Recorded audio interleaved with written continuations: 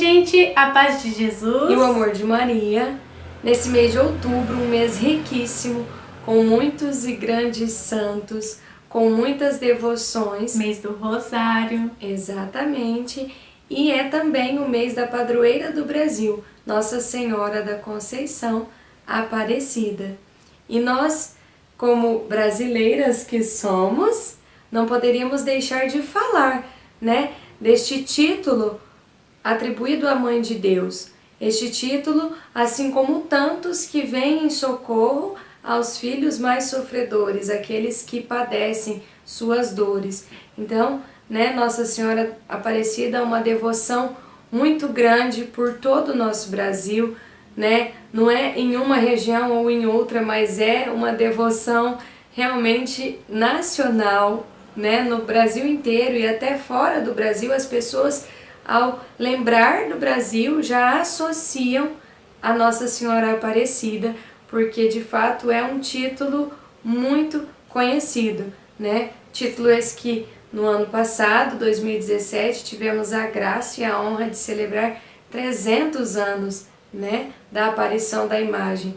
Então, é um pouquinho daquilo que talvez você já ouviu, mas que nós não poderíamos deixar de falar. Amém? Amém. A imagem, então, foi descoberta por 3 pescadores, né, que eu não vou me lembrar o nome direito, Domingos Garcia, Felipe Pedroso, e não me lembro o terceiro, gente, falha minha, mas muitos nomes, muita coisa. Eles estavam em obediência ao monarca daquela época, tentando fazer uma pescaria, no entanto não tinham sucesso. Jogaram as redes a noite toda e não conseguiam pescar nada. Se a gente se lembrar, vai muito de encontro ao que viveram também os apóstolos, né? Pedro e os outros apóstolos trabalharam a noite toda e não conseguiam pescar. Foi então que, após essa jornada de trabalho, ao lançar as redes, um deles recolhe e encontra o corpo de uma imagem que logo eles constatam ser a imagem da Mãe de Deus. Passado um pouco mais, outro lança a rede e recolhe então a cabeça. E ao unirem corpo e cabeça, eles fazem uma pesca tão grande que não cabe na barca, assim como relata também o Evangelho ter acontecido com os apóstolos. Esse foi então o primeiro grande sinal e ali onde se iniciou a devoção à Nossa Senhora Aparecida, que tem este nome por justamente ter aparecido em meio às águas do rio Paraíba, que se encontra no estado de São Paulo, na cidadezinha de Aparecida. Então, é algo assim que envolve todo um contexto de escravidão que o Brasil vivia, um contexto onde as pessoas eram oprimidas, maltratadas. Então, essa mãe surge para libertar o povo que andava na escravidão. Então, essa pequena imagem, porque quem conhece já viu, a imagem não é uma imagem grandiosa, é uma imagenzinha pequena, mas que traz consigo toda a sua grandeza de Mãe de Deus, que é, e que vem de encontro aos filhos que mais sofrem, né? Existem alguns relatos de que o fato da cabeça estar separada do corpo era porque naquela época quem ia contra a escravidão era degolado. Quem se colocava contra a escravidão ou que achava isso uma maneira de tortura, enfim, quem se opusesse à escravidão era morto e degolado. Então ela vem para dizer a nós, eu sou contra. Isso não está, não é da minha vontade, eu não quero que os meus filhos sofram assim. E claro que depois, né, o fato da cor que hoje a imagem tem, também remete a tudo isso, né, essa cor enegrecida, como os escravos que sofriam na época. Então, tem toda uma simbologia por trás da imagem. Sim, e para nós católicos isso é de uma grandeza enorme. Mas muitos, mesmo católicos, ainda ficam se perguntando, mas para que uma igreja tão grande, muitas pessoas saíram de toda parte do Brasil para ir visitar uma imagem. Aí entra onde muitas pessoas nos acusam de idólatras, que vêm falar que nós adoramos uma imagem de barro que não vê, não fala, como fala, né, na Bíblia em uma partezinha lá, só que folhas à frente, se formos ler mais um pouquinho, o próprio Deus manda que construa imagens para o templo. Nós temos que entender que são 4 cultos. A dulia, que é o culto prestado aos santos, que é uma devoção. A protodulia, que é a São José, castíssimo esposo da Virgem Maria. A hiperdulia, que é a devoção maior à Virgem Maria, que é a Mãe de Deus. E a latria, a idolatria, que só a Deus.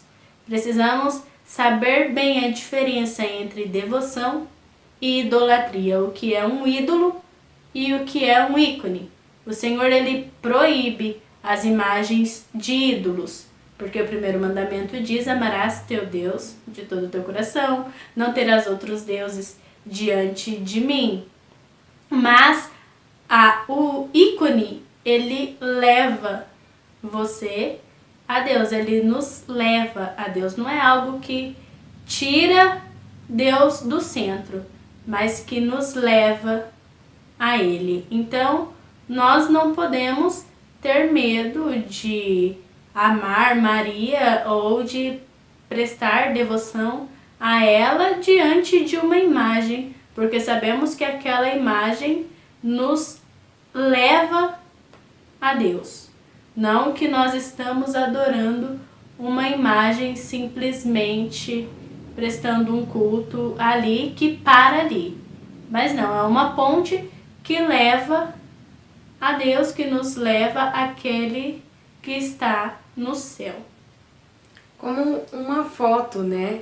Quando a gente tem um familiar que mora longe e estamos com saudades, ou enfim, queremos nos lembrar, nós pegamos aqueles álbuns e começamos a olhar, né? Ou mesmo de um ente querido já falecido, a gente tem as fotografias para nos lembrar quem era a pessoa, né? Então, as imagens é para nos trazer para próximo. Nós, seres humanos, somos muito palpáveis, né? Tudo é muito à flor da pele.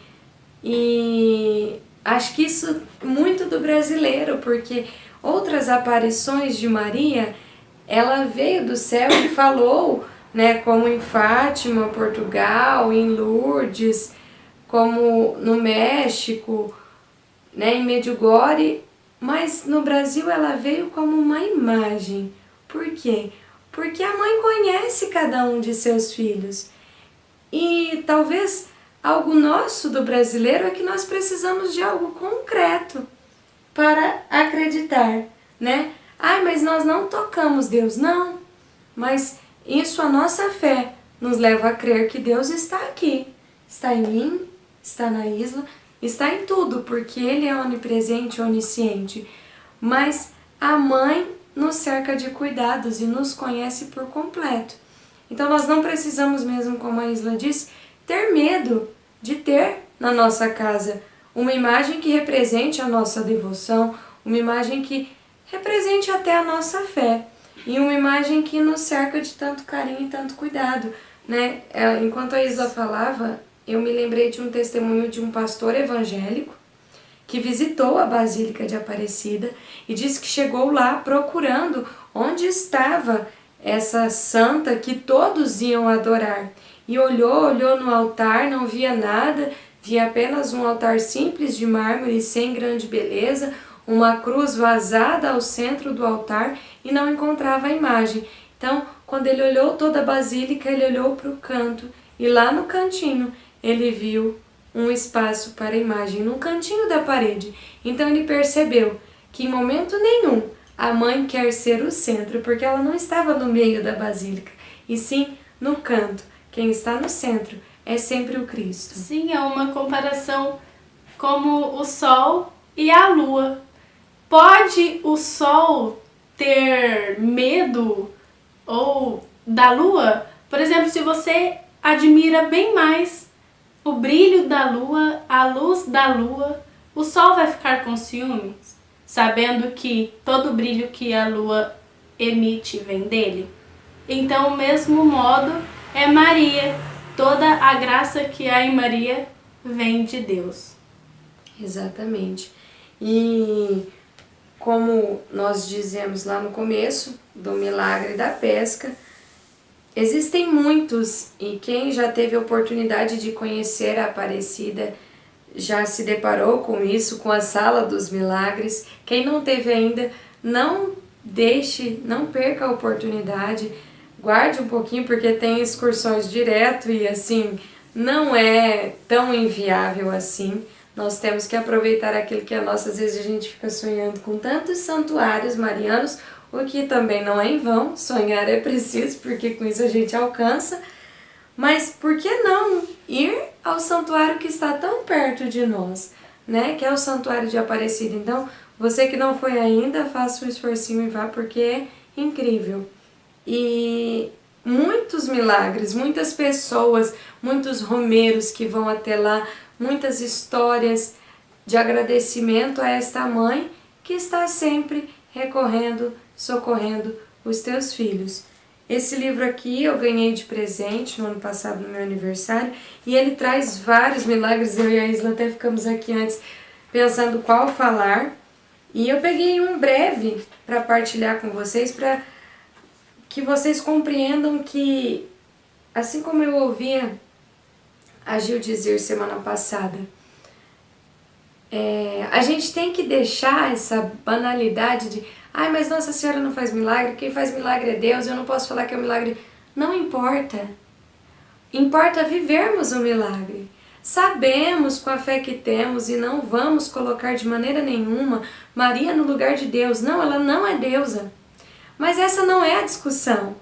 A questão é que ela é sim antecipadora do milagre.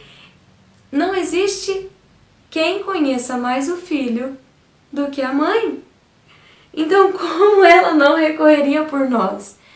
Então, não, sabe, nós católicos temos que abandonar um pouco o nosso protestantismo, deixar de lado esse porque, será, e apenas confiar na Mãe de Deus. Sim, São Luís Maria Grignon diz que quanto mais uma alma está consagrada a Maria, tanto mais ela será consagrada a Jesus Cristo. Não tem como separar a mãe do filho.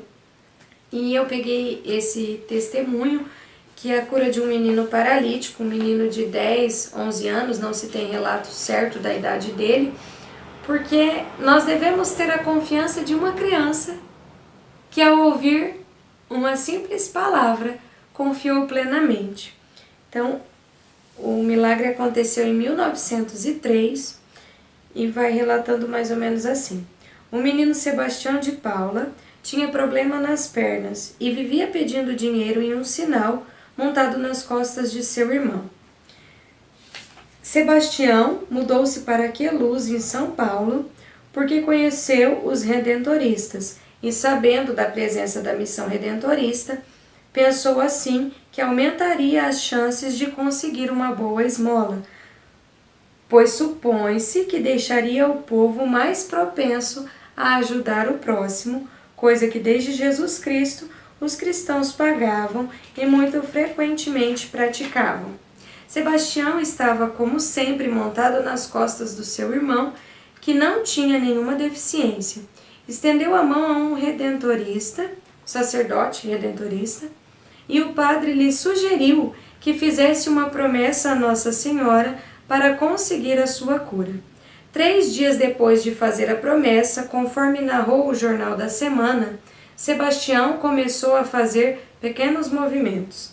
A reportagem de mais de 100 anos atrás terminava com um testemunho do jornalista que dizia: "Vimo-lo paralítico e hoje vemo-lo bom", narrando de pé o que agora descrevemos.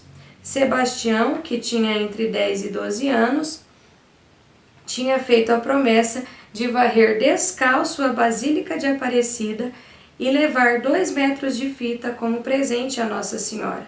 Ao relatar o caso, os padres de Aparecida também deram seu testemunho, pois conheciam Sebastião e sabia que ele já havia sido tratado sem sucesso por farmacêuticos espirituais e curandeiros. Pagou sua promessa sem precisar de qualquer ajuda para caminhar em novembro de 1903. Então, nós precisamos ter essa mesma confiança e devoção que uma criança e nos entregar totalmente aos braços e aos cuidados da mãe. E neste mês de outubro, o Papa Francisco vem nos pedir que rezemos o rosário e após o rosário fazer esta oração. É uma oração mariana, talvez a mais antiga de que se tem conhecimento, que conta a história que quando os cristãos eram jogados nas arenas para serem devorados por leões e tudo mais, eles faziam essa oração, que é sob tu presidium, ou debaixo da vossa proteção, e que nós vamos terminar este vídeo com ela. Debaixo da vossa proteção nos refugiamos, Santa Mãe de Deus. Não desprezeis as nossas súplicas em nossas necessidades, mas livrai-nos sempre de todos os perigos. Ó Virgem gloriosa, bendita. Amém. Seja santo. O que agrada a Deus